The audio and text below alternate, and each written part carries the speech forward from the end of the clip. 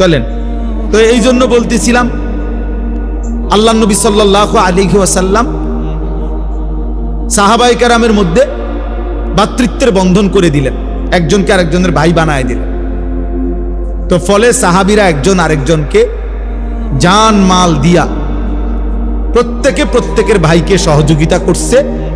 ফলে একটা পর্যায়ে আইসা মক্কার সাহাবী মুহাজির এবং মদিনার সাহাবী আনসার উভয়ের সম্মিলিত প্রচেষ্টায় সারা পৃথিবীতে ইসলাম চমকায় গেছে, ইসলাম প্রচারিত হয়ে গেছে।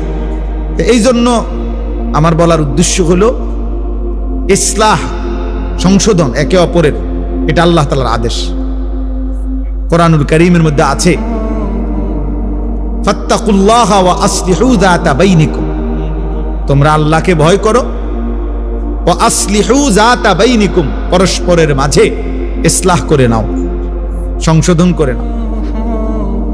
ইসলাহ আল্লাহ তাআলা কোরআনুল কারীমের মধ্যে বলছেন, ওয়া ইন তাইফাতানি মিনাল মুমিনিনা ইখতাতালু ফাআসলিহু বাইনাহুমা, মুসলমানদের দুইটি দল যদি পরস্পর যুদ্ধ করে, মুখোমুখি লড়াই করে, তখনও তোমরা উভয়ের মাঝে সংশোধন করে দাও, মীমাংসা করে দাও, ইসলাহ করে দাও। তাইলে ইসলাহ, মুসলমানের পরস্পরের সংশোধন, এই ফিকির, এটা আমাদের প্রত্যেকের জিম্মাদারি। প্রত্যেকের মধ্যে এই মানসিকতা থাকা উচিত যে আমরা একে অপরের সংশোধন করে দেব।